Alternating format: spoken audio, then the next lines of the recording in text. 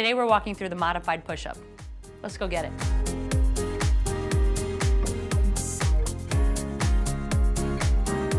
Start out kneeling on the ground and lower your body. You want to end up with your arms at 90-degree angles and a strong sense of alignment. Push back up. Keep your core tight as you move through the exercise. All right, now that you know how to do the modified push-up, let's get down on the ground and knock a few out. We're gonna start with 5 today. Ready? Let's go. So remember to set yourself up right. You wanna get on your knees, you wanna walk your hands out so that your hands are just below your shoulders, but just a little bit wider. You can cross your ankles behind you, then you're gonna lower your chest almost to the ground, 90-degree angle on both sides. Ready? Let's do 5. Drop down, exhale and push up. Good, that's 1. Keep your body in alignment here. Good, that's 2. We've got 3 to go.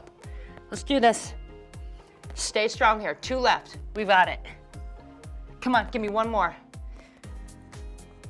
Exhale, and come right back up. All right, you wanna make that exercise a workout? Here's how you're gonna do it.